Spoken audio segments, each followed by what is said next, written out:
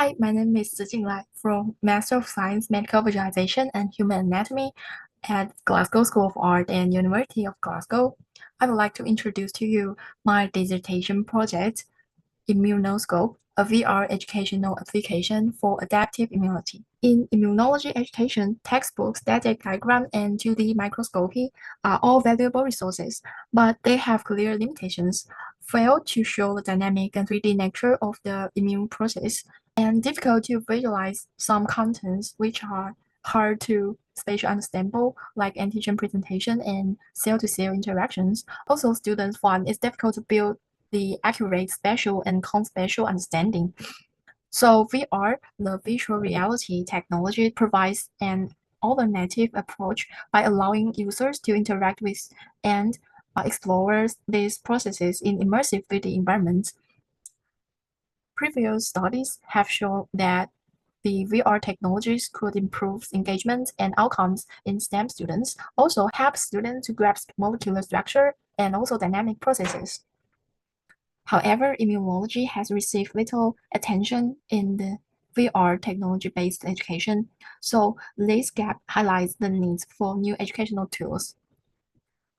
So the aim of my project was to design and evaluate a VR-based educational application named Immunoscope to support undergraduate students in learning adaptive immunity through immersive and interactive experiments. To achieve this, I set several objectives. For master to develop my application, the first step is to design. The storyboard could show the key scenes will show in my application. So I built the animation storyboard to help me to build animations. Next step is to 3D modeling of the adaptive immune cells, also the surface molecules. Next step is to integration of all the assets into Unity. Next step is build the animations. I use the timeline in Unity to create the animations. Next step is quiz. Building the matching quiz at the end of section 1 and building the sequencing quiz at the end of section 2. So for the results, this recording video shows the playing floor of my application. At the beginning, you will see the welcome scene with 2 panels. The left panel, within 3 buttons, you could use your controller to change the panel to see the using guides and information. To start, you will see a map and just go through the panel to start. The first scene is about structural learning. You will see different molecules and cells in this station. See the text on the panel and use the distance graph to explore the models you're interested. And jump to the first quiz. You need to match the molecular onto the correct cells. Also use the distance graph. If you are right, you will listen to correct sounds. After all the matching done, you can jump to the second section. It's process learning. There are 3 animation stations with the text panel. The first animation is antigen presentation.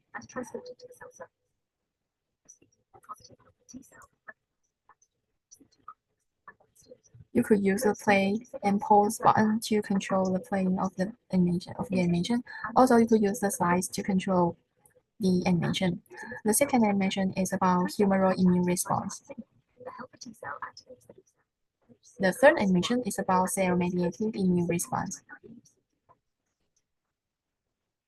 Finally, you will jump to the second quiz, sequencing quiz.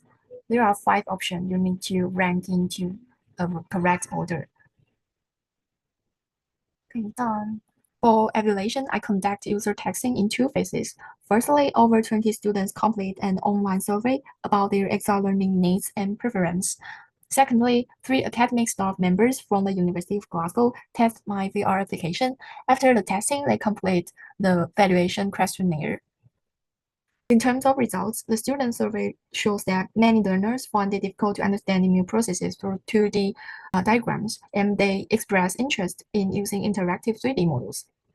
For prototype testing, the 3 academic staff members confirmed the accuracy of the contents, and overall usability was acceptable, though some improvement are needed.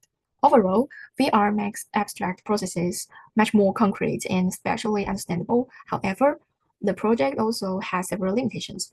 Firstly, it's a small sample size. Only 3 academic staff evaluated this application. so the results cannot yet be generalized to a wider student population.